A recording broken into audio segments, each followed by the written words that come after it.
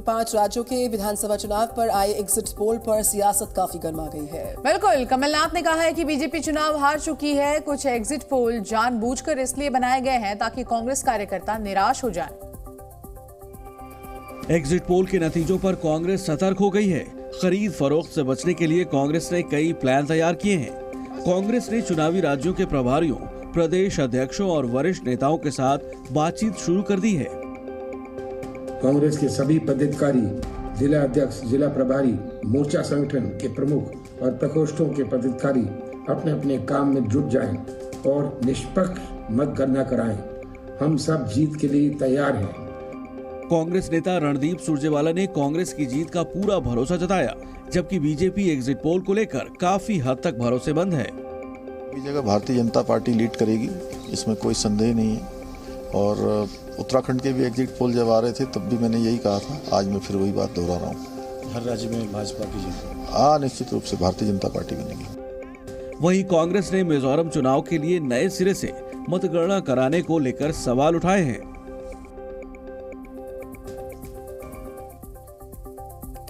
तो हिंद प्रशांत महासागर में चीन आक्रामक होता नजर लगातार आ रहा है। बिल्कुल, navy chief admiral R Hari Kumar ने ड्रैगन को कंट्रोल करने का अब नया फॉर्मूला बताया है। क्या है पूरी खबर, देखिए 1 मिनट में।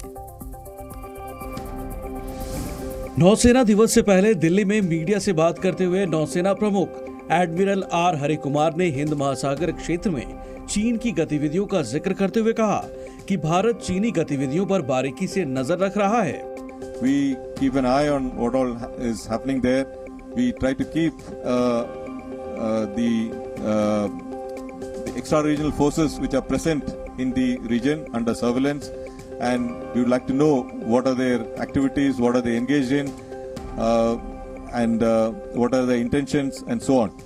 So that is why we deploy our assets, the surveillance assets, and our ships, submarines, aircraft, UAVs, etc.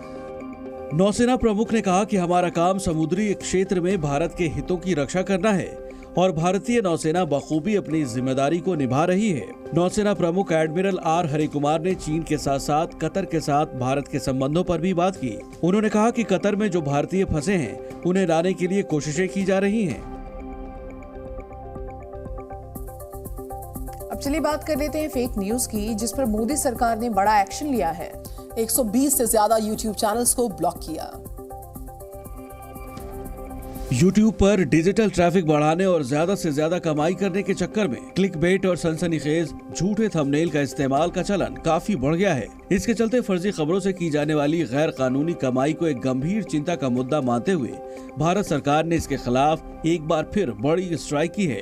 केंद्र सरकार ने पहले भी YouTube पर फर्जी खबरों से की जाने वाली कमाई से जुड़ी चिंताओं को गंभीरता से लेते हुए कार्रवाई के लिए लिस्टेड किया था। बीते 1 साल यानी दिसंबर 2022 से अब तक PIB ने 26 ऐसे YouTube चैनलों का पर्दाफाश किया है जो नियमित रूप से गलत सूचनाएं और समाचार प्रकाशित कर रहे थे। इसके बाद एक्शन लेते हुए सूचना प्रसारण मंत्रालय ने सूचना प्रौद्योगिकी और डिजिटल मीडिया आचार संहिता नियम 20 के प्रावधानों के तहत 120 से ज्यादा YouTube चैनलों को ब्लॉक कर दिया है, जिस पर सफाई देते हुए YouTube ने कहा कि उनकी कंपनी भारत के सभी कानूनों का पालन करती है, वो फेक न्यूज को बढ़ावा नहीं देते। YouTube ने ये भी कहा कि वो स्थानीय कानूनों का पालन करते हैं और सभी उभरते मुद्दों पर सरकार के साथ है।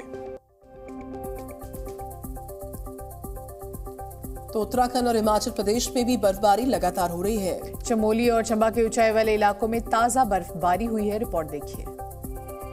उत्तराखंड के चमोली में बीते 2 दिनों से मौसम ने लगातार करवट बदली है। वहीं ऊंचाई वाली जगहों पर बर्फबारी के साथ जबरदस्त ठंड का असर भी देखने को मिला। ये तस्वीर नीति घाटी की है, जहां नीति, धमशाली, फरक्या, मलारी इलाके में जबरदस्त बर्फबारी हुई। चमोली के अलावा उत्तरकाशी, रुद्रप्रयाग, बागेश्वर और पिथौरागढ़ जनपदों में भी बर्फबारी का अनुमान जताया गया है। ऊंचाई वाली चोटियों पर बर्फबारी का येलो अलर्ट भी जारी किया गया है, जबकि मैदानी जिलों के अधिकतम तापमान में और गिरावट दर्ज की जा सकती है। वहीं हिमाचल प्रदेश के चंबा में ऊंचाई वाले इलाकों में बर्फबारी हुई है। बर्फबारी के बाद से ही चंबा जिले में प्रचंड ठंड पड़ने लगी है। हिमाचल के ऊंचाई वाले क्षेत्रों में बीते 24 घंटे में बारिश और बर्फबारी हुई है। पूरा हिमाचल शीतलहर की चपेट में आ गया है। चंबा के अलावा किन्नौर और लाहौल स्पीति जैसे जिलों के कई इलाकों में 5 सेंटीमीटर तक बर्फबारी दर्ज की गई है। वहीं कांगड़ा, शिमला और सिरमौर के ऊंचाई वाले इलाकों में भी बर्फबारी हुई है। बिहार से खबर, जहां के वैशाली जिले में कुछ बदमाशों ने एक टीचर को अगवा किया है। बिल्कुल, और बंदूक की नोक पर उसकी जबरन शादी करा दी है। क्या है पूरा मामला, आप देखिए खबर। पूरा मामला बिहार के वैशाली जिले का है, जहां बदमाशों ने शादी के लिए एक बीपीएससी टीचर का अपहरण कर लिया। बताया जा रहा है कि शिक्षक गौतम पातेपुर के सरकारी स्कूल में बच्चों को पढ़ा रहे थे। तभी कार सवार कई बदमाश हथियार के साथ स्कूल में घुसे और फिल्मी स्टाइल में टीचर को अगवा कर फरार हो गए।